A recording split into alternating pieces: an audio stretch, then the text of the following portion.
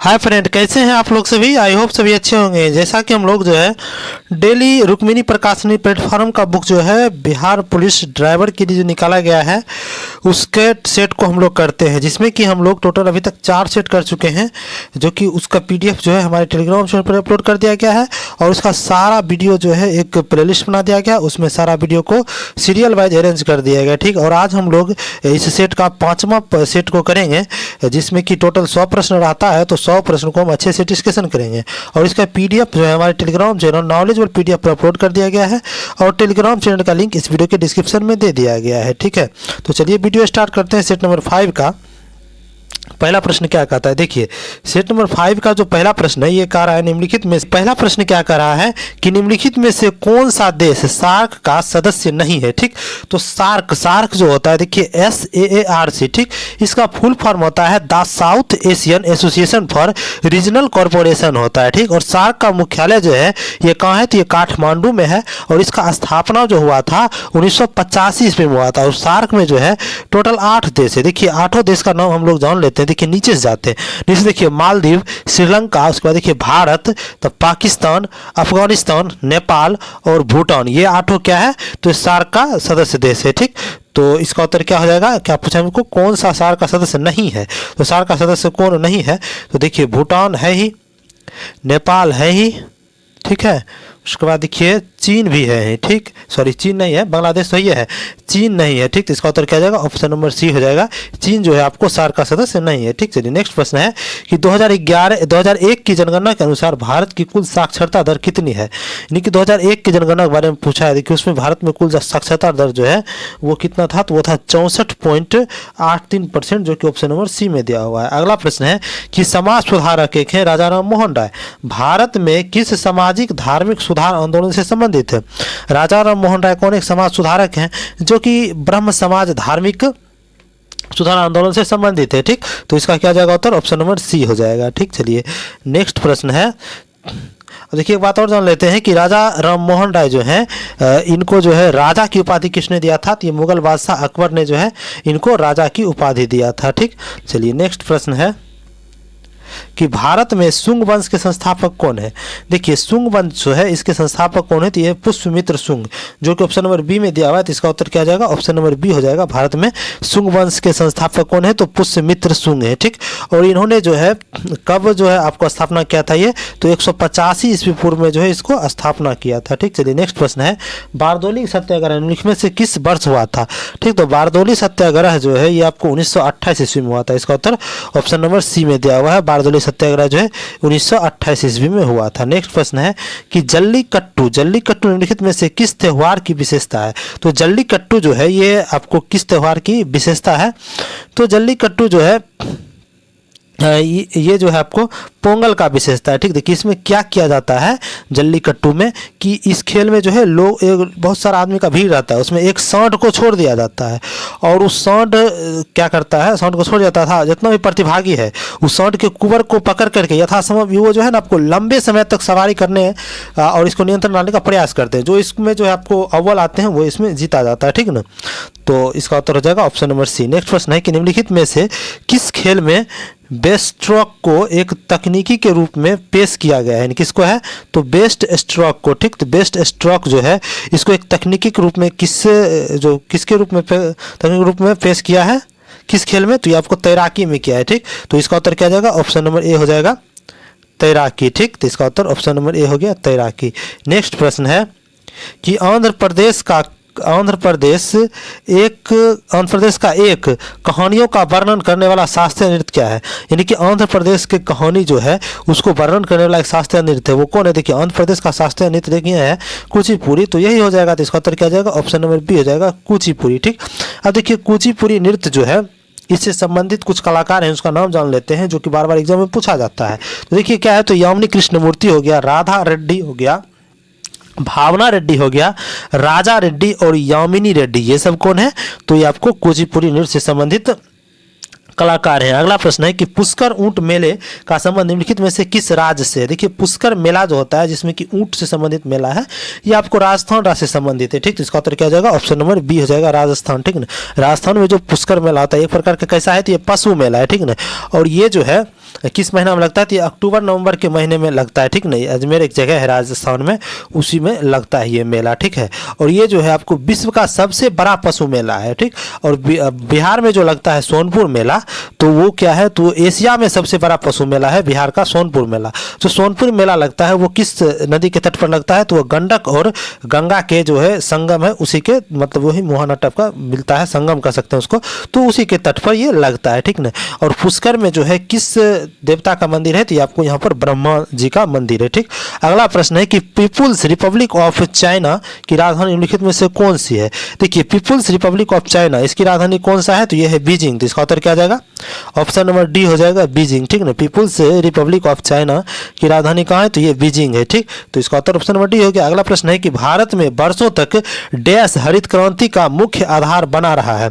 वर्षों तक जो है हरित क्रांति का मुख्य आधार कौन, गेहूं बना रहा है। ठीक ना, देखिए हरित क्रांति जो है इसमें मुख्य रूप से फसल कौन कौन था, तो गेहूं था, चावल था, ज्वार था, बाजरा और मक्का था। ठीक ना, लेकिन गेहूं जो है कई वर्षों तक मतलब बहुत वर्षों तक ये आधार फसल जो बना रहा था। ठीक, देखिए हरित क्रांति का शुरुआत कब हुआ था, ये 1960 ईस्वी में हुआ था। तो ये कौन थे, तो नॉर्मन बोरलॉग जो थे इन्हीं के द्वारा शुरू किया गया था। ठीक ना, और इन्हें जो है नॉर्मन बोरलॉग जो है इनको जो है विश्व में हरित क्रांति का जनक माना जाता है। ठीक, और भारत में अगर पूछेगा हरित क्रांति का नेतृत्व कौन किए थे, तो एम.एस. स्वामीनाथन किए थे, और एम.एस. स्वामीनाथन को भारत में जो है हरित क्रांति का जनक माना जाता है।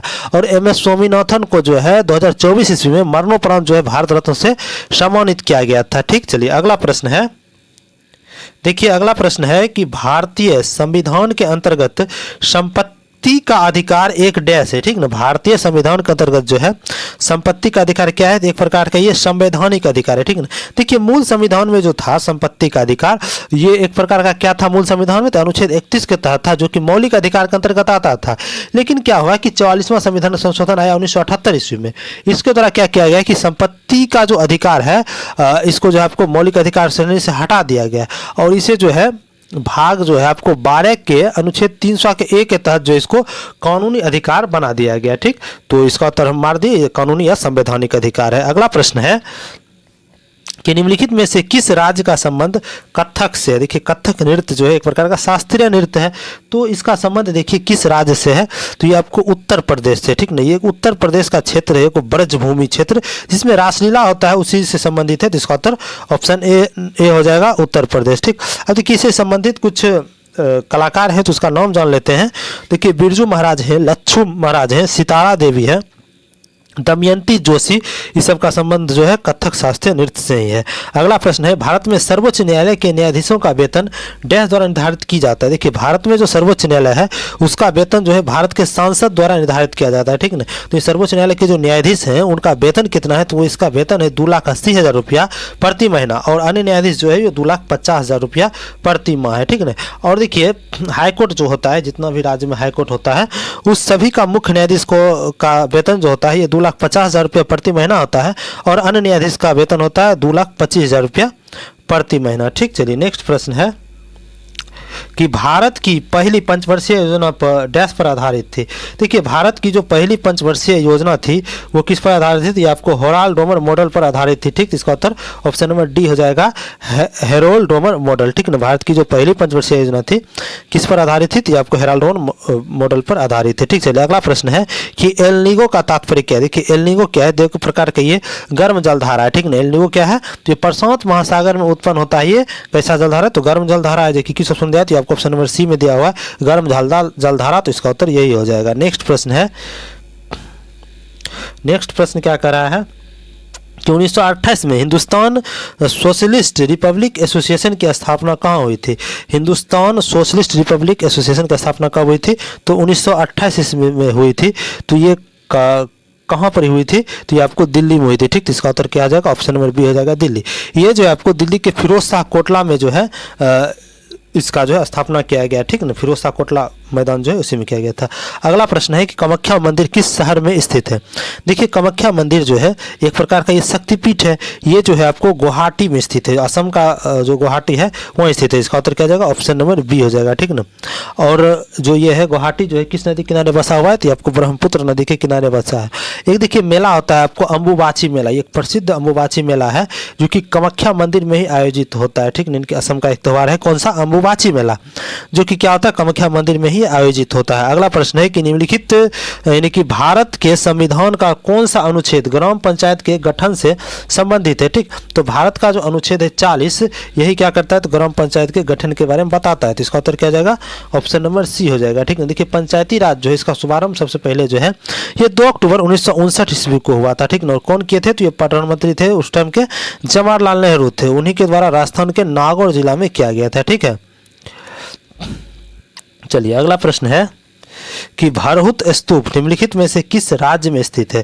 देखिए भरहुत स्तूप जो है ये कहाँ पर स्थित है, ये आपको मध्य प्रदेश में स्थित है। इसका उत्तर क्या जाएगा, ऑप्शन नंबर डी हो जाएगा, ठीक ना। तो ये भरहुत स्तूप जो है मध्य प्रदेश के किस जिला में स्थित है, तो सतना एक जिला है, सतना, उसी में जो ये भरहुत स्तूप क्या है स्थित है, ठीक। अगला प्रश्न है कि भारत में जो है दूसरी बार एशियाई खेलों का आयोजन कब किया गया था। यानी कि भारत में जो है दूसरी बार जो एशियाई खेलों का आयोजन किया गया था तो वो कब किया गया था, तो ये आपको 1982 में किया गया था। तो इसका उत्तर ऑप्शन नंबर डी हो जाएगा, 1982 ईस्वी, ठीक ना। और वर्ष 2026 में जो है आपको एशियाई खेल का आयोजन कौन करेगा, तो जापान करेगा। अगला प्रश्न है कि निम्नलिखित में से किसने इंडिया गेट का डिजाइन किया था। देखिए इंडिया गेट जो है इसका डिजाइन किए थे आपको एडविन लुटियंस ने किया था, ठीक ना। इसी कारण जो है इससे संबंधित जो उससे सामने का जो रोड था उसका नाम रखा गया था लुटियंस सड़क, ठीक। चलिए अगला प्रश्न है कि प्रसिद्ध पशुपतिनाथ मंदिर निम्नलिखित में से किस देश में स्थित है, ठीक ना। पशुपतिनाथ मंदिर जो है वो कहाँ स्थित है, तो ये आपको भूटान में स्थित है। तो इसका उत्तर क्या जाएगा, ऑप्शन नंबर डी हो जाएगा, भूटान, ठीक। चलिए ना अगला प्रश्न है कि भारत का कौन सा राज्य प्रसिद्ध तूफान काल वैसाखी से संबंधित है, ठीक ना। तो भारत का कौन सा ऐसा राज्य है जो कि काल वैसाखी से संबंधित है, तो ये आपको कौन सा है, तो पश्चिम बंगाल है, ठीक। तो इसका उत्तर हो जाएगा ऑप्शन नंबर बी, पश्चिम बंगाल जो है एक तूफान आया था काल वैसाखी से, कौन सा राज्य प्रभावित हुआ था, तो पश्चिम बंगाल प्रभावित हुआ था, ठीक। चलिए अगला प्रश्न है कि 1951 में प्रथम एशियाई खेल किस शहर में आयोजित किए गए थे। 1951 ईस्वी में हुआ था प्रथम एशियाई खेल, ये कहाँ पर स्थापित की गई थी, तो ये आपको नई दिल्ली में स्थापित किया गया था। तो इसका उत्तर ऑप्शन नंबर बी हो जाएगा, नई दिल्ली, ठीक है। और इसका आयोजन जो है आपको एशियाई ओलंपिक परिषद द्वारा किया जाता है, ठीक है। तो अब देखिए एशियाई खेल का आयोजन का प्रस्तावित जो है देखिए 2026 वाला जो एशियाई खेल होगा वो आपको नगोया जापान में होगा, और 2030 वाला जो है दोहा कतर में होगा, और 2034 वाला जो है आपको रियाद सऊदी अरब में होगा, ठीक। अगला प्रश्न है ए सुटेबल बॉय उपन्यास के लेखक कौन है। ए सुटेबल बॉय उपन्यास के लेखक कौन है, तो ये विक्रम सेठ है, जो कि ऑप्शन नंबर ए में दिया हुआ है, विक्रम सेठ। इसका सही उत्तर विक्रम सेठ हो जाएगा, ठीक ना। यह उपन्यास जो है प्रकाशित कब हुआ था, तो 1993 ईस्वी में प्रकाशित हुआ था। अगला प्रश्न है कि निम्नलिखित में से कौन सी फसल काली मिट्टी के लिए सबसे उपयुक्त है। तो काली मिट्टी के लिए सबसे उपयुक्त फसल कौन सा है, तो कपास है। इसका उत्तर क्या आ जाएगा, ऑप्शन नंबर ए कपास हो जाएगा, ठीक ना। कपास जो है देखिए मुख्य रूप से किस किस राज्य में कपास उगाया जाता है देख लेते हैं। महाराष्ट्र हो गया, गुजरात हो गया, मध्य प्रदेश, कर्नाटक, आंध्र प्रदेश, तेलंगाना, तमिलनाडु, पंजाब, हरियाणा और उत्तर प्रदेश कपास के मुख्य उत्पादक राज्य हैं, ठीक। चलिए अगला प्रश्न है कि भारत की निम्नलिखित प्रायद्वीपीय नदियों में से कौन सी नदी पश्चिम की ओर बहने वाली नदी है। देखिए मुख्य रूप से जो है प्रायद्वीपीय नदी 2 है, जैसे देखिए नर्मदा है और एक ताप्ती है, ठीक ना। ये बड़ी नदी है नर्मदा, और कौन सा है, तो ताप्ती है। ये दोनों जो है आपको क्या होता है, तो ये जो है आपको पश्चिम की ओर बहती है, यानी कि पूरब से पश्चिम बहती है और ये अरब सागर में गिरती है। तो इसका उत्तर क्या हो जाएगा, ऑप्शन नंबर ए हो जाएगा, नर्मदा, ठीक। चलिए अगला प्रश्न है कि विजय स्तंभ किस राज्य में स्थित है, ठीक। देखिए विजय स्तंभ जो है ये कहाँ स्थित है, तो ये राजस्थान में स्थित है। तो इसका उत्तर ऑप्शन नंबर बी हो जाएगा, राजस्थान, ठीक ना।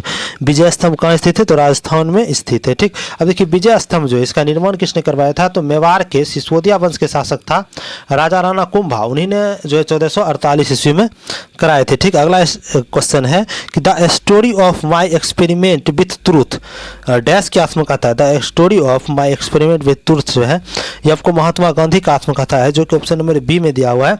तो इसका सही उत्तर क्या हो जाएगा, ऑप्शन नंबर बी हो जाएगा, ठीक ना। और ये जो है आपको द एक्सपेरिमेंट विथ ट्रुथ जो है ये क्या था, तो ये आपको मूल रूप से गुजराती भाषा में लिखी गई थी, ठीक ना। लेकिन जो इसको जो है 1925 से 1929 ईस्वी में इसकी पत्रिका जो है नवजीवन में साप्ताहिक किस्तों में प्रकाशित हुआ था, ठीक ना। चलिए अगला प्रश्न है, अगला प्रश्न है कि छठ पूजा के अवसर पर प्रसाद के रूप में मुख्य रूप से बनाई जाने वाले प्रसिद्ध मिठाई कौन सी है, तो ये ठेकुआ है। इसका उत्तर ऑप्शन नंबर बी हो जाएगा, ठेकुआ है। अगला प्रश्न है कि अगला प्रश्न है आपको कि जैन धर्म के 24वें तीर्थकर भगवान महावीर ने किस स्थान पर निर्वाण यानी मोक्ष प्राप्त हुआ था, ठीक ना। भगवान महावीर जो है इनको मोक्ष की प्राप्ति जो है पावापुरी नालंदा में हुआ था। तो इसका उत्तर ऑप्शन नंबर सी हो जाएगा, पावापुरी नालंदा, ठीक ना। भगवान महावीर जो है ये 72 साल की आयु में 527 ईस्वी पूर्व में जो है ना इनको ज्ञान की प्राप्ति हुई थी पावापुरी नालंदा में, ठीक है। चलिए अगला प्रश्न है कि पटना में स्थित गोलघर का निर्माण मूल रूप से किस उद्देश्य के लिए कराया गया था। देखिए पटना में जो गोलघर था ये आपको किस लिए कराया गया था इसका निर्माण, तो इसका निर्माण कराया गया था आपको अनाज के भंडार के लिए, ठीक ना।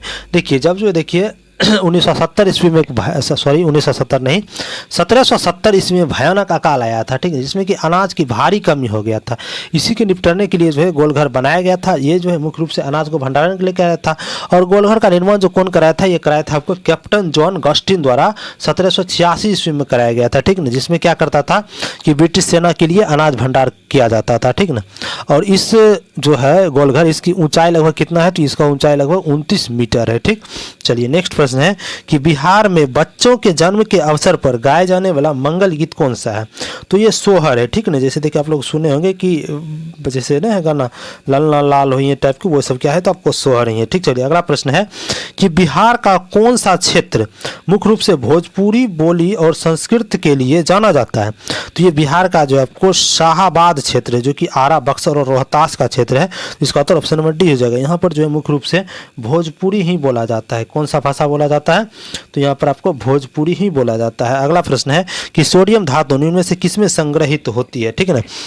तो सोडियम धातु जो होती है ये जो है आपको किरोसिन तेल में संग्रहित होती है। इसे किरोसिन तेल में क्यों संग्रहित करते हैं, क्योंकि देखिए समानता ये वायु में आती है तो ये बहुत ही अभिक्रियाशील होती है और ये तुरंत अभिक्रिया कर लेती है और ये जल उठता है। इसी कारण से जो इसको आपको किरोसिन में रखा जाता है और जल से भी बहुत तेजी से अभिक्रिया करती है। अगला प्रश्न है कि गैल्वेनीकरण की प्रक्रिया में लौह के ऊपर कौन सी धातु की परत चढ़ाई जाती है। देखिए गैल्वेनीकरण की प्रक्रिया क्या होता है कि इसके तहत क्या करता है कि जैसे लोहा हो गया उसमें अगर जंग लग रहा है तो जंग से बचने के लिए जो है उस पर जो है आपको एक मशीन द्वारा जो है आपको जिंक की परत को चढ़ा दिया जाता है, जिससे जो आपको जंग से बचाव होती है। तो इसका उत्तर ऑप्शन नंबर सी हो जाएगा। अगला प्रश्न है कि किसने अपनी आवर्त तालिका के अंतरालों के आधार पर अभी कुछ और खोजे जाने वाले तत्वों का अस्तित्व की भविष्यवाणी की थी। देखिए मेंडलीफ ने जो आवर्त सारणी बनाए थे वो किस आधार पर बनाए थे, तो ये बढ़ते हुए परमाणु द्रव्यमान के आधार पर बनाए थे मेंडलीफ आवर्त सारणी, ठीक ना। तो उसी में उन्होंने कुछ भविष्य के लिए जो है कुछ जगह छोड़ दिए थे कि भविष्य में अगर कोई भी तत्व खोजा जाएगा तो उसको वहाँ पर रखा जाएगा। तो इसका उत्तर क्या हो जाएगा, ऑप्शन नंबर सी हो जाएगा मेंडलीफ, ठीक। तो मेंडलीफ हो जाएगा। आप देखिए वर्तमान में जो आवर्त सारणी चल रही है विस्तृत आवर्त सारणी, इसे वर्तमान आवर्त सारणी के निर्माता कौन है, तो ये मौसले हैं, ठीक। चलिए अगला प्रश्न है कि निम्नलिखित में से बल की इकाई यानी कि बल का मात्रक हमसे पूछ रहा है। देखिए बल जो होता है इसे एफ से डिनोट किया जाता है, यानी कि एफ का फॉर्मूला क्या होता है, न्यूटन के दूसरा गति नियम से निकलता है आपको F बराबर ma निकलता है, ठीक है। तो m क्या है, द्रव्यमान है और a क्या है, त्वरण है। तो m का देखिए मात्रक क्या होता है, तो kg होता है और त्वरण का मात्रक होता है मीटर प्रति सेकेंड स्क्वायर होता है, यानी कि kg मीटर प्रति सेकेंड स्क्वायर हो जाएगा बल का मात्रक। इसे ही जो आप न्यूटन कहते हैं, ठीक। तो इसका उत्तर क्या हो जाएगा, न्यूटन हो जाएगा, जो कि ऑप्शन नंबर डी में दिया हुआ है, ठीक। तो इसका उत्तर ऑप्शन नंबर डी हो जाएगा। नेक्स्ट प्रश्न है कि निम्नलिखित में से कौन सा यांत्रिकी तरंग है, इस समय से कौन है जो कि आपको यांत्रिकी तरंग है, तो ध्वनि तरंग कैसा तरंग है, तो एक प्रकार का यांत्रिकी तरंग है, ठीक ना। और ध्वनि तरंग कैसी तरंग होती है, तो ये अनुदैर्ध्य तरंग होती है, ठीक। तो इसका उत्तर ऑप्शन नंबर ए हो जाएगा, ध्वनि तरंग। अगला प्रश्न है कि किसको विद्युत परिपथ में समांतर में जोड़ा जाता है। देखिए समांतर में जो है आपको विद्युत परिपथ में किसको जोड़ाता है, तो वोल्ट मीटर को जोड़ा। देखिए वोल्ट मीटर का प्रयोग क्या होता है, ये परिपथ में जो है ना किन्हीं दो बिंदुओं के बीच को विभवांतर को मापने के लिए जो है वोल्ट मीटर का प्रयोग किया जाता है। तो इसका उत्तर ऑप्शन नंबर बी हो जाएगा, ठीक। चलिए नेक्स्ट प्रश्न है देखिए अगला प्रश्न है कि निम्नलिखित में से कौन जो है ऑक्सीजन युक्त और ऑक्सीजन रहित रक्त के मिश्रण के प्रवाह को सहन कर सकता है, तो ये आपको मेढक करता है। तो इसका उत्तर ऑप्शन नंबर सी हो जाएगा, मेढक। ठीक, चलिए अगला प्रश्न है कि अणु का निर्माण करने वाले परमाणु की संख्या को क्या कहा जाता है, यानी कि अणु का जो निर्माण करेगा उस परमाणु की संख्या को हम कहते हैं एटोमिसिटी। क्या कहते हैं, तो एटोमिसिटी, जो कि ऑप्शन नंबर डी में दिया हुआ है। ठीक है, चलिए अगला प्रश्न है कि एक इलेक्ट्रॉन में कितना विद्युत आवेश होता है। ठीक, देखिए एक इलेक्ट्रॉन में जो होता है आपको 1.6 गुना 10⁻⁻19 कूलम्ब आवेश होता है। ठीक ना, एक इलेक्ट्रॉन में कितना विद्युत आवेश होता है, तो 1.6 गुना 10⁻⁻19 कूलम्ब आवेश होता है। अगला प्रश्न है कि वेबसाइट द्वारा बनाई गई एक छोटी टेक्स्ट फाइल जो उस स्टेशन के लिए अस्थायी रूप से उपयोगकर्ता के कंप्यूटर को संग्रहित करता है, तो वो क्या कहलाता है, तो ये जो है आपको कुकीज कहलाता है। ठीक ना, तो इसका उत्तर ऑप्शन नंबर सी हो जाएगा, कुकीज। ठीक, मालवेयर जो है एक प्रकार का क्या है, मालवेयर, तो ये दोषपूर्ण एक प्रकार का ये दोषपूर्ण सॉफ्टवेयर है। अगला प्रश्न है कि 21 से 23 अगस्त 2025 तक खेलो इंडिया जल खेल महोत्सव का आयोजन कहाँ किया जाएगा। तो खेलो इंडिया जल खेल जो है इसका आयोजन श्रीनगर जम्मू कश्मीर में कराया जाएगा। तो इसका उत्तर ऑप्शन नंबर ए हो जाएगा, श्रीनगर। ठीक, चलिए नेक्स्ट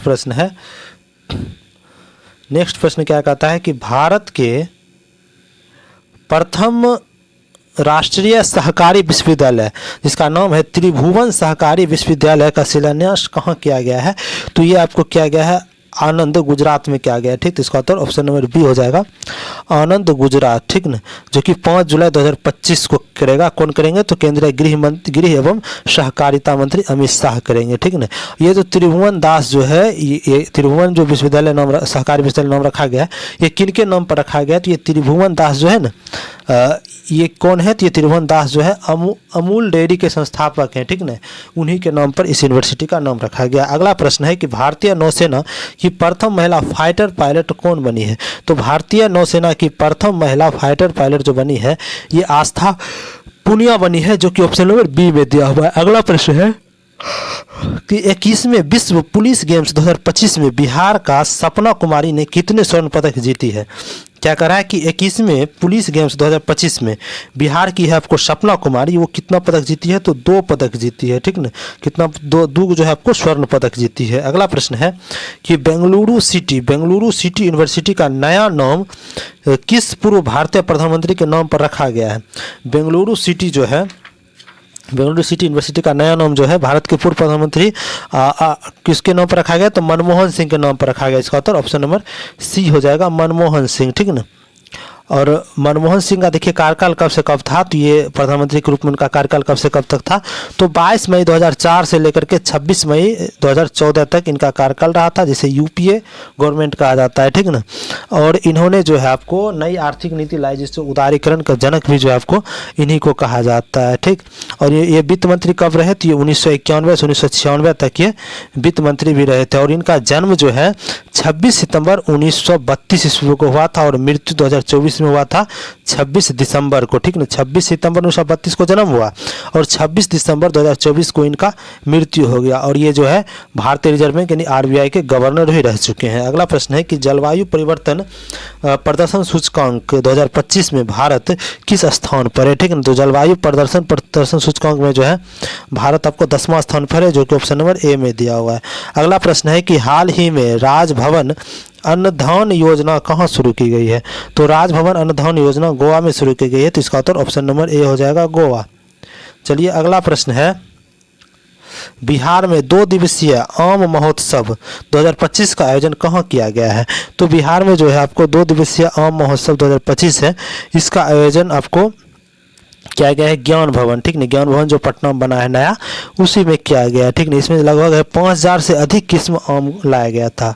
ठीक ना, अगला प्रश्न है कि विश्व खेल पत्रकार दिवस कब मनाया जाता है। तो विश्व खेल पत्रकार दिवस जो है ये आपको कब मनाया जाता है, कहाँ गया क्वेश्चन, विश्व खेल पत्रकार दिवस कब मनाया जाता है। तो ये मनाया जाता है आपको 2 जुलाई को, तो इसका उत्तर ऑप्शन नंबर सी हो जाएगा, 2 जुलाई को विश्व खेल पत्रकार दिवस मनाया जाता है। अगला प्रश्न है कि भारत सतत विकास लक्ष्य एसडीजी सूचकांक में किस स्थान पर है। भारत जो है ये आपको सतत विकास में 99वां स्थान पर है। ठीक है, तो अगला प्रश्न है कि केंद्रीय मंत्री सर्बानंद सोनोवाल ने पहली आसियान भारत क्रूज वार्ता का उद्घाटन कहाँ किया था। तो ये आपको चेन्नई में किए थे, ठीक ना। तो इसका उत्तर ऑप्शन नंबर ए हो जाएगा, चेन्नई। ठीक, चलिए नेक्स्ट प्रश्न है कि रेल मंत्री अश्विनी वैष्णव ने रेलवे सूचना प्रणाली केंद्र के 40वें स्थापना दिवस के अवसर पर रेल वन ऐप कहाँ से लॉन्च किया था? तो ये किए थे आपको नई दिल्ली से। तो इसका उत्तर ऑप्शन नंबर ए हो जाएगा, नई दिल्ली। नेक्स्ट प्रश्न है कि हाल ही में केंद्रीय गृह मंत्री अमित शाह ने किस राज्य में राष्ट्रीय हल्दी बोर्ड के मुख्यालय का उद्घाटन किया था? तो केंद्रीय गृह मंत्री जो है ये हल्दी बोर्ड के उद्घाटन कहाँ पर किए थे? तो ये तेलंगाना में किए थे। तो इसका उत्तर ऑप्शन नंबर ए हो जाएगा। अगला प्रश्न है कि जुलाई 2025 में राष्ट्रपति द्रौपदी मुर्मू ने राज्यसभा के लिए किन सांसदों को मनोनीत किया है? तो जुलाई 2025 में जो है राज्यसभा में जो है मनोनीत किए हैं, तो ये किए हैं आप किसको देखिए, उज्ज्वल निकम को, हर्षवर्धन श्रृंखला को और डॉक्टर मीनाक्षी जैन को है, यानी कि उपयुक्त सभी को किए हैं। अगला प्रश्न है कि गूगल डीप माइंड द्वारा विकसित नए एआई मॉडल का नाम क्या है? यानी कि गूगल जो डीप माइंड है उसके द्वारा विकसित नए एआई मॉडल का नाम है आपको अल्फा जीनोम है। ठीक, तो इसका उत्तर ऑप्शन नंबर बी हो जाएगा। ठीक ना, देखिए अल्फा जीनोम उपकरण जो है ये जीन पर उत्परिवर्तन के प्रभाव को भविष्यवाणी करता है। ठीक है, चलिए अगला प्रश्न है, देखिए अगला प्रश्न क्या कर रहा है कि मोटर वाहन अधिनियम के तहत शिक्षार्थी अनुज्ञप्ति का मुख्य उद्देश्य क्या है? यानी शिक्षार्थी लर्नर लाइसेंस धारी जो होता है उनको मुख्य उद्देश्य क्या है? तो ये जो धारक जो है एक योग्य प्रशिक्षक को देखरेख में सार्वजनिक स्थानों पर आपको ड्राइविंग सीखने की अनुमति इसको दिया गया है। ठीक ना, और इनके जो है गाड़ी पर जो है आगे और पीछे दोनों जो है एल लिखा होना चाहिए लाल रंग से। ठीक ना, ताकि कोई भी अगला आदमी समझ सके कि ये जो है आपको लर्नर लाइसेंस धारी है। अगला प्रश्न है कि यदि किसी ड्राइविंग लाइसेंस की अनुकूलित वाहन चलाने के लिए पृष्ठांकन है तो इसका अर्थ क्या है? देखिए इसका अर्थ क्या है कि देखिए कोई भी दिव्यांग व्यक्ति है जैसे उसके लिए अलग से गाड़ी का व्यवस्था किया गया। जैसे देखिए पैर में अन्य सामान्यतः क्या होता है, गाड़ी में पैर में रहता है आपको गियर 4 चक्का में, ठीक ना, पैर में रहता है एक्सीलरेटर गियर, ठीक ना। तो उसको जो है जैसे हो गया किसी का पैर विकलांग आदमी है, पैर से विकलांग है, तो उसके लिए हाथ में ही वो सब चीज़ दे दिया जाता है। ठीक ना, तो उसके लिए आपको अलग से एक ड्राइविंग लाइसेंस बनता है ताकि उनको भी अपना गाड़ी चलाने का सबको शौक होता है, तो उनको भी जो है आपको ऐसा ना लगे कि हमें समाज से अलग किया गया है। तो इसका उत्तर क्या हो जाएगा? ऑप्शन नंबर बी हो जाएगा कि वाहन के किसी दिव्यांग व्यक्ति की आवश्यकता के अनुसार विशेष रूप से संशोधित किया गया है। ठीक ना, तो इसका उत्तर क्या हो जाएगा? ऑप्शन नंबर बी हो जाएगा। ठीक, चलिए नेक्स्ट प्रश्न है, नेक्स्ट प्रश्न है कि यदि कोई वाहन ऋण यानी लोन पर खरीदा गया है, यानी उसका ईएमआई अभी चल ही रहा है, तो वाहन को दूसरे राज्य में स्थानांतरित करने के लिए आरटीओ से अनापत्ति यानी कि आरटीओ से एनओसी लेना है। ठीक, तो उससे प्राप्त करने से पहले उसको किससे एनओसी लेना आवश्यक है? यानी कि जो जैसे लोन पर खरीदा है तो कोई ना कोई उसको लोन दिया होगा, ठीक न, को जो भी वित्तीय संस्था होगी चाहे बैंक होगी ऋण देने वाला उसका, तो वो लोन दिया होगा। सबसे पहले आपको उससे एनओसी लेना होगा कि हम दूसरे राज्य में जा रहे हैं, क्योंकि देखिए भाई जब तक पूरा पैसा आप उसको चुका नहीं देते हैं तब तक तो उसका अधिकार उस गाड़ी पर रहेगा ही। तो इसका उत्तर क्या आ जाएगा? ऑप्शन नंबर बी हो जाएगा। ठीक ना, ऋण देने वाले बैंक या वित्तीय संस्थान से एक अनापत्ति प्रपत्र यानी कि एनओसी नो ऑब्जेक्शन सर्टिफिकेट प्राप्त करना होता है। इसका उत्तर ऑप्शन नंबर बी हो जाएगा। अगला प्रश्न है कि क्या कोई विदेशी पर्यटक जैसे यूके से भारत में अपने घरेलू देशों के लाइसेंस पर गाड़ी चला सकता है? तो ये गाड़ी आपको चला सकता है। तो ये देखिए क्या कहा है कि हाँ उसके पास जो है आपको घरेलू लाइसेंस के साथ साथ एक वैध अंतर्राष्ट्रीय ड्राइविंग परमिट जिसे आईडीपी कहते हैं वो होना जरूरी है। ठीक, इसका उत्तर ऑप्शन नंबर बी हो जाएगा। ये आईडीपी कौन जारी करेगा? तो जहां से उसका लाइसेंस जारी हुआ, नहीं कि उसका जो घरेलू लाइसेंस जहाँ जारी, जो उसका देश जो लाइसेंस जारी करता है वही करेगा। ठीक है, चलिए अगला प्रश्न है कि ड्राइविंग लाइसेंस पर पृष्ठांकन का क्या अर्थ है? ड्राइविंग लाइसेंस पर जो पृष्ठांकन हुआ इसका क्या अर्थ है? कि लाइसेंस पर किसी अपराध दंड या विशेष प्राधिकरण जैसे खतरनाक माल ले जाने का रिकॉर्ड दर्ज करना। जैसे देखिए कोई भी ड्राइवर है वो जो है आपको कोई भी गलती करता है, जैसे देखिए कोई अपराध कर दिया है, चाहे कोई लेन तोड़ दिया, कुछ खतरनाक चीज़ ले जा रहा था, उससे संबंधित जो उसके लाइसेंस पर उस चीज़ को पृष्ठांकन कर दिया जाता है। ठीक, जिसका उत्तर ऑप्शन नंबर सी हो जाएगा। ठीक, चलिए नेक्स्ट प्रश्न है, देखिए नेक्स्ट प्रश्न आपको क्या कह रहा है कि एक लाइसेंसिंग प्राधिकरण आरटीओ किस प्रकार के ड्राइविंग लाइसेंस जारी करने के या नवीनीकृत करने का इनकार कर सकता है? तो इनकार कब करेगा? जब यदि कोई भी आवेदक आदतन यानी अपराधी होगा और आदतन शराबी भी होगा, तो इसको भी जो आपको आरटीओ जो आपको नहीं जारी करेगा, मतलब जारी करने से वो इनकार कर देगा ड्राइविंग लाइसेंस। ठीक है, तो ये जो है आपको मोटर वाहन अधिनियम के 1988 के धारा 19 के तहत जो है ना ये बात कही गई है। ठीक, चलिए नेक्स्ट प्रश्न है कि एक कंडक्टर लाइसेंस की वैधता सामान्यतः कितनी होती है। तो कंडक्टर जो होता है बस उसमें, उसके लिए भी उसका लाइसेंस लेना पड़ता है। ठीक है ना, उसकी न्यूनतम आयु जो 18 वर्ष है और उसका जो लाइसेंस मिलेगा उसका वैधता जो है 5 वर्ष का होता है। ठीक, इसका उत्तर ऑप्शन नंबर सी हो जाएगा, 5 वर्ष। ठीक, चलिए नेक्स्ट प्रश्न है कि क्या कोई ड्राइवर जिसका लाइसेंस बिहार में नशे में गाड़ी चलाने के लिए निलंबित किया जाता है तो केरल में एक नए लाइसेंस के लिए आवेदन कर सकता है। देखिए नहीं कर सकता है, क्योंकि देखिए ये क्या होता है कि भारत सरकार का एक वेबसाइट है सारथी, उसी जितना भी कोई भी बिहार बने चाहे यूपी बने कहीं पर भी आप बन रहा है लाइसेंस, तो सारा का जो वहाँ पर रजिस्टर कर दिया जाता है ताकि जो है कोई भी अदर आदमी उसका मिसयूज़ ना कर सके। ठीक ना, तो यानी क्या हो जाएगा इसका उत्तर नहीं। कोई भी आरटीओ का डेटाबेस जो है ये सारथी पोर्टल के माध्यम से केंद्रीकृत और निलंबन की जानकारी उपलब्ध होगी। यानी कि जैसे कि यहाँ पर से इसका निलंबन कर दिया गया है लाइसेंस, तो अगर माना कि बिहार से निलंबित कर दिया तो केरल जाकर उस जगह हम लाइसेंस बना लेंगे, वहाँ अप्लाई करेगा तो उसका नाम हो गया, आधार कार्ड सब तो मैच करेगा। तो उससे क्या होगा कि जो आपको है सारथी वेबसाइट उस पर से जो आपको वहाँ पर दिखा दिया जाएगा कि इसका लाइसेंस जो है पहले से निलंबित किया जा चुका है। तो यही इसका कारण है। ठीक, चलिए नेक्स्ट प्रश्न है। नेक्स्ट प्रश्न है कि यदि कोई आरटीओ क्या कह रहा है कि यदि कोई आरटीओ आपके लाइसेंस आवेदन को अस्वीकार कर देता है तो आप किसके पास अपील कर सकते हैं। यानी कोई भी आरटीओ जो है आपको लाइसेंस आवेदन जो है जैसे लाइसेंस के लिए आप आवेदन किए हैं उसको आपको रिजेक्ट कर दिया है तो आप किसके पास अपील करेंगे। तो अपील करने के लिए आप निर्धारित अपीलीय प्राधिकरण जो है आमतौर पर परिवहन आयुक्त होता है ये, तो उसी के पास आपको करना होगा। ठीक, इसका उत्तर ऑप्शन नंबर सी में दिया हुआ है। नेक्स्ट प्रश्न है कि असुरक्षित स्थिति में वाहन चलाने जैसे कि खराब ब्रेक हो गया, घिसे हुए टायर हो गया, इस सब के साथ आपको क्या दंड है। तो आपको इसमें जुर्माना 1500 रुपया तक हो सकता है और इसमें वाहन को भी जब्त कर लिया जा सकता है। तो इसका उत्तर क्या हो जाएगा, ऑप्शन नंबर बी हो जाएगा। ठीक ना, ये जो है आपको मोटर अधिनियम 1988 के धारा 190 के तहत कहा गया है। ठीक, नेक्स्ट प्रश्न है कि वाहन चलाते समय दाहिने हाथ को बाहर निकालकर हथेली के नीचे की ओर रखते हुए बार बार ऊपर नीचे करना किस बात का संकेत देता है।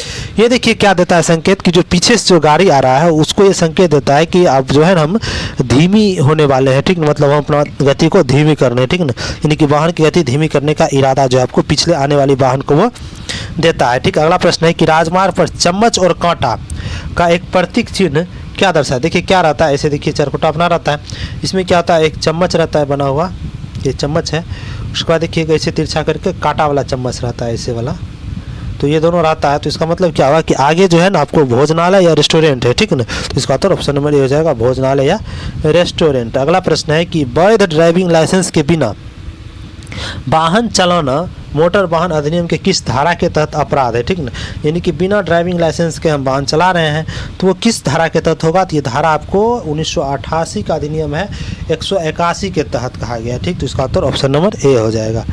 ठीक, नेक्स्ट प्रश्न है कि शहर की सड़कों पर रात में गाड़ी चलाते समय हाई बीम का प्रयोग क्यों नहीं करना चाहिए।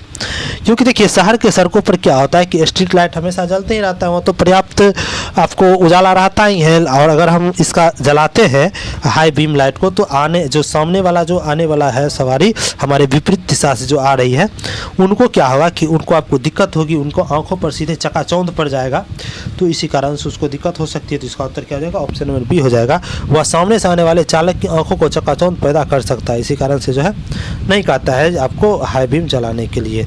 चलिए अगला प्रश्न है कि सड़क पर एक ठोस पीली रेखा और एक टूटी हुई पीली रेखा एक साथ हो तो इसका अर्थ क्या होगा। यानी कि ठोस है आपको पीली रेखा और एक टूटी हुई पीला रेखा, तो इसका अर्थ क्या हो जाएगा। तो इसका अर्थ हो जाएगा केवल टूटी हुई रेखा की तरफ वाला वाहन ओवरटेक कर सकता है। ठीक, तो इसका उत्तर ऑप्शन नंबर बी। यानी कि टूटी हुई रेखा जो है पीली वाला उसके साइड से अगर कोई भी गाड़ी जा रहा है तो वही सिर्फ ओवरटेक कर सकता है। ठीक, तो अगला प्रश्न है वाहनों के लिए BH series number plate, BH का अर्थ क्या है। देखिए BH का अर्थ होता है भारत। ठीक ना, देखिए भारत का एक नंबर तो ऐसे देखिए एक राज्य से दूसरे राज्य जाने के लिए बार बार उसको परमिट लेना पड़ता है, तो इसी कारण से उसको BH नंबर दे दिया जाता है ताकि उसे परमिट बार बार नहीं लेना पड़े। ठीक ना, ये सीरीज जो है जैसे हो गया आपको रक्षाकर्मी हो गया, केंद्र और राज्य सरकार कुछ कर्मचारी हो गया जिसे बड़ा बड़ा रहता है ट्रक, तो उसको भी ये दिया जाता है। ठीक, चलिए नेक्स्ट प्रश्न है एक चौराहे पर पीले रंग की तिरछी रेखाओं में बने येलो बॉक्स जंक्शन का क्या उद्देश्य है। एक चौराहा है, उस पर पीली रंग के तिरछी रेखाओं से बने येलो बॉक्स जंक्शन है, ठीक। उसका आपको क्या है, तो उद्देश्य उसका क्या है, तो उसका उद्देश्य है चौराहे को हर समय खाली रखना ताकि ट्रैफिक जाम ना हो। तो इसका उत्तर ऑप्शन नंबर सी हो जाएगा, ठीक है। चलिए नेक्स्ट प्रश्न है कि यदि आप किसी स्कूल बस के पास गुजर रहे हैं तो आपको क्या करना चाहिए। आप स्कूल बस के पास गुजर रहे हैं तो आप धीमी गति और सावधानी से आगे बढ़े, ताकि जैसे देखिए कोई भी बच्चा है, गाड़ी का रुक जाए, बच्चा है तो कभी भी उतर सकता है नीचे, तो उतरना चाहे तो आप क्या हो, तो उस गाड़ी को रोकने के लिए आप तैयार हो, ठीक। तो इसका उत्तर ऑप्शन नंबर बी हो जाएगा, ठीक। गति धीमी करें और सावधानी से आगे बढ़ें। अगला प्रश्न है कि बिना कारण या लगातार हॉर्न बजाना किस नियम का उल्लंघन है। बिना कारण का लगातार आप हॉर्न बजा रहे हैं तो ये आपको किस नियम का उल्लंघन है, तो ये आपको पर्यावरण संरक्षण अधिनियम का उल्लंघन है, ठीक। तो इसका उत्तर ऑप्शन नंबर बी हो जाएगा। क्योंकि देखिए ज़्यादा हॉर्न बजाए तो अब क्या हो रहा है, तो ध्वनि प्रदूषण हो रहा है, तो इसी का ये संरक्षण करता है कि नहीं हॉर्न बजाएं। अगला प्रश्न है कि किसी मोड़ पर ओवरटेक करना क्यों असुरक्षित माना जाता है। देखिए कोई मोड़ पर अगर हम ओवरटेक कर रहे हैं तो ओवरटेक का मतलब सबसे पहले समझिए क्या होता है। कोई गाड़ी आपको आगे से जा रहा है, उसको आपको आगे करना है, उसको तो पीछे करना है, उससे आगे आपको जाना है। उसमें अगर आप कोई मोड़ पर आप कर रहे हैं ओवरटेक, तो आगे से आपकी विपरीत दिशा में कौन सी गाड़ी आ रही है इसके लिए आपको स्पष्ट नहीं दिख पाया, क्योंकि जैसे टर्न है तो उधर से आ रही है गाड़ी तो आपको कैसे दिखेगा। तो इसी कारण से वहाँ जो आपको ओवरटेक करने से मना किया जाता है, ठीक। तो इसका उत्तर क्या हो जाएगा कि क्योंकि सामने से आने वाली वाहन दिखाई नहीं देता है, ठीक। तो इसका उत्तर ऑप्शन नंबर बी हो जाएगा। अगला प्रश्न है कि इंजन की क्षमता के संदर्भ में सीसी, जिसे 1500 सीसी का अर्थ क्या होता है। यानी सीसी का क्या अर्थ होता है, ये होता है आपको क्यूबिक सेंटीमीटर, जो कि इंजन का कुल विस्थापन इनकुल डिस्प्लेसमेंट होता है, ठीक ना। यानी जितना अधिक सीसी का इंजन होगा वो उतना ही अधिक जो है आपको तेल को खाएगा, यानी कि उतना ही अधिक वो ईंधन को खर्च करेगा। क्योंकि देखिए जितना बड़ा गाड़ी रहेगा उसमें और अधिक हैवी मशीन लगा रहेगा तो उसमें ईंधन की आवश्यकता ज़्यादा होती है। तो अगला प्रश्न है कि यदि गलती से पेट्रोल इंजन वाली कार में डीजल डाल दिया जाए तो इसका सबसे संभावित परिणाम क्या हो सकता है। तो पेट्रोल इंजन वाली कार है, उसमें अगर आप डीजल डाल देते हैं तो उसका क्या हो सकता है कि इंजन तो स्टार्ट, सबसे पहले क्या होगा, तो इंजन स्टार्ट ही नहीं होगा। अगर कुछ देर अगर चल भी गया उसके बाद क्या होगा कि गंभीर खराबी के साथ वो बंद हो सकता है, ठीक ना।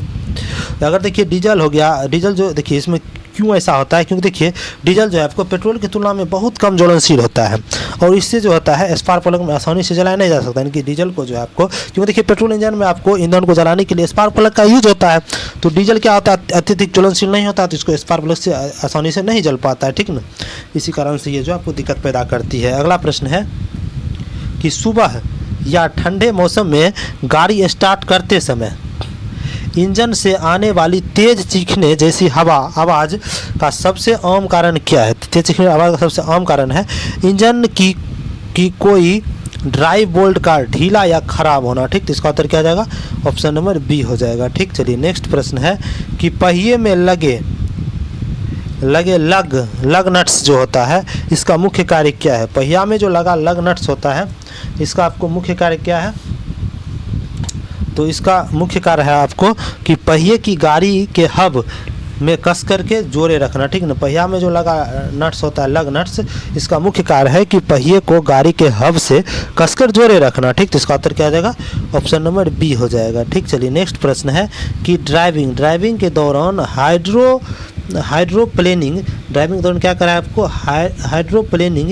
या एक्वाप्लेनिंग की स्थिति क्या होती है। हाइड्रोप्लेनिंग या एक्वाप्लेनिंग की जो स्थिति होती है ये होती है पानी से भरी सड़क पर तेज गति से कारण टायर का सड़क से संपर्क टूट जाना, ठीक ना। यानी कि पानी से भरा एक सड़क है, उस पर अगर तेज़ गति से गाड़ी जाती है तो उसमें क्या होती है कि जितना तेज़ गति से वो घूमती है चक्का, उतना तेज़ गति से वो जो है ना पानी को विस्थापित नहीं कर पाती, जिससे क्या होता है कि पहिया और सड़क के बीच जो है ना एक पानी का एक थोड़ा सा लेयर जम जाता है, अर्धपारगम झिल्ली टाइप के, वही आपको ऐसा दिक्कत पैदा करता है। नेक्स्ट प्रश्न है कि एक ड्राइवर के दृष्टिकोण से मैनुअल और ऑटोमेटिक ट्रांसमिशन वाली कारों के बीच सबसे मुख्य अंतर क्या है। ड्राइवर के दृष्टिकोण से पूछा है तो इसका मुख्य अंतर हो जाएगा आपको मैनुअल कार में क्लच पैडल का होना और ऑटोमेटिक कार में नहीं होना। मैनुअल कार में क्या होता है आपको क्लच पैडल होता है और ऑटोमेटिक कार में क्लच पैडल नहीं होता है, तो इसका यही मुख्य अंतर है। अगला प्रश्न है कि आधुनिक यात्री कारों में, आधुनिक जितना भी यात्री कार है उसमें डिस्क ब्रेक का उपयोग प्रमुख रूप से कहाँ किया जाए। देखिए आमतौर पर जो है डिस्क का प्रयोग जो है ना पहिया जो है ना अगला पहिया में किया जाता है, ठीक ना। तो इसका क्या हो जाएगा, उत्तर, तो इसका उत्तर हो जाएगा आमतौर पर अगले पहिए में, ठीक। और कई कारों में जो है ना, ये चारों पहिया में भी इसका यूज होता है। इसका उत्तर ऑप्शन नंबर सी हो गया। नेक्स्ट प्रश्न है कि वाहन के बैटरी के निगेटिव टर्मिनल की को गाड़ी के धातु की बॉडी से क्यों जोड़ा जाता है, जिसे अर्थिंग या ग्राउंडिंग कहते हैं। तो इसी कारण जोड़ा जाता है कि सभी बिजली के उपकरणों के लिए एक साझा रिटर्न पथ बनाकर वायरिंग को सरल बनाने के लिए। इसका उत्तर ऑप्शन नंबर बी हो जाएगा, ठीक है। नेक्स्ट प्रश्न है कि टायर के साइज जैसे यदि आपको 205/55 R16 में लिखे आर अक्षर का मान क्या होता है, तो आर अक्षर का मान क्या होता है, तो ये आपको रेडियल जो कि टायर के निर्माण की एक प्रकार की संरचना है। तो इसका उत्तर ऑप्शन नंबर सी हो जाएगा। अगला प्रश्न है कि इंजन बे में लगी जो आपको डिपस्टिक का मुख्य उद्देश्य क्या है। इंजन बे जो होता है उसमें लगा होता है डिपस्टिक, इसका मुख्य उद्देश्य क्या है, तो डिपस्टिक जो है इसका मुख्य उद्देश्य होता है इंजन ऑयल के स्तर और स्थिति का जांच करना। तो इसका उत्तर ऑप्शन नंबर बी हो जाएगा। नेक्स्ट प्रश्न है कि आधुनिक कार में ECU यानी कि इंजन कंट्रोल यूनिट का मुख्य कार्य क्या है। ECU जो है आधुनिक कार में इसका लगाया जाता है, यूज किया जाता है। इसका मुख्य कार्य क्या है, तो इसका मुख्य कार्य है इंजन के प्रदर्शन और ईंधन क्षमता का प्रबंधन। तो इसका उत्तर ऑप्शन नंबर बी हो जाएगा, ठीक ना।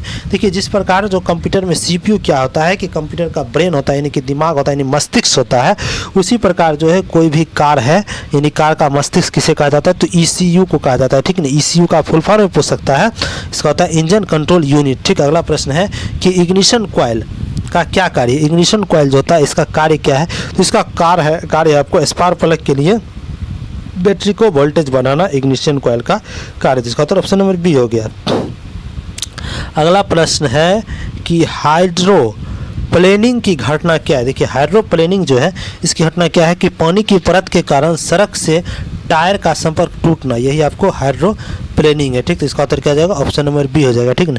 ये देखिए कब होता है, जब देखिए टायर जो है पानी की उतनी तेज़ी से नहीं हटा पाता है जितनी तेज़ी से वो वाहन चल रहा था, जिसमें क्या होता है टायर और सड़क के बीच में एक पानी का एक पतली परत जो है फिल्म जैसा बन जाता है, ठीक ना। इसी कारण से ऐसा होता है।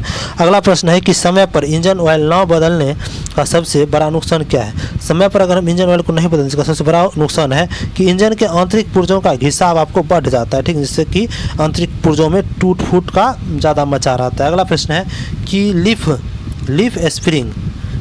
स्प्रिंग सस्पेंशन का उपयोग आमतौर पर किन वाहनों में होता है।